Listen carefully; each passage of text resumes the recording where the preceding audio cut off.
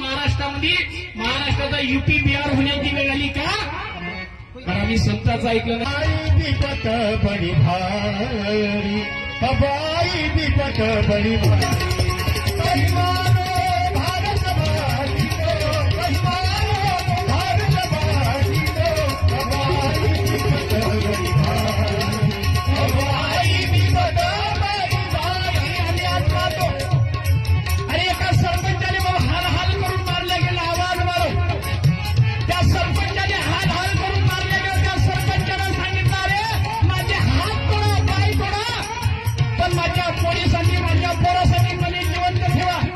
पण ह्या जातीवादी नराधमांनी त्या सरपंचाने हाल हाल करून मारलं, त्याला पाणी मागलं, त्याच्या तोंडावर लघवी केली. व ज्या देशामध्ये छत्रपती शिवाजी राजा पैदा होऊन गेला, ज्या देशामध्ये घटनापती डॉक्टर बाबासाहेब आंबेडकर पैदा होऊन गेले, त्या देशामध्ये आज आम्ही पाहिजे लोक जातीच्या नावानं धर्माच्या नावानं झगडत आहे. आणि आम्ही मोठ्या गर्वानं म्हणतो राजा पुन्हा जन्म घ्या, राजा पुन्हा जन्म घ्या. पण याच महाराष्ट्रामध्ये आम्ही पाहतो या कीर्तनाची गरज आहे. लक्षात ठेवा, हे पॉईंट आहे. कीर्तनाची गरज कशासाठी आहे? अरे त्या महाराष्ट्रात आम्ही पाहतो भर दिवसा या बहिणींवर अत्याचार होते. 75 वर्ष झाली देश स्वतंत्र झाला, देशाचा अमृत महोत्सव मनवल्या गेला, पण आजही आमच्या आई बहीण सुरक्षित नाही का? कारण अजून आम्हाला सावित्रीबाई समजले नाही, अजून आम्हाला जिजाऊ समजली नाही. बदलेगा घोर जमाना बदलेगा घोर जमाना कहीं पंच पड़ेंगे आम्ही परिवर्तन करत गेलो, पण परिवर्तनामध्ये आम्ही अध्यात्माविक विसरलो.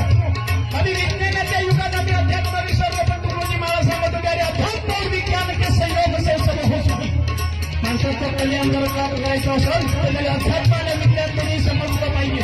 अध्यात्म आणि विज्ञानाची सांगड झाल्याशिवाय या विश्वाचं कल्याण होणार नाही.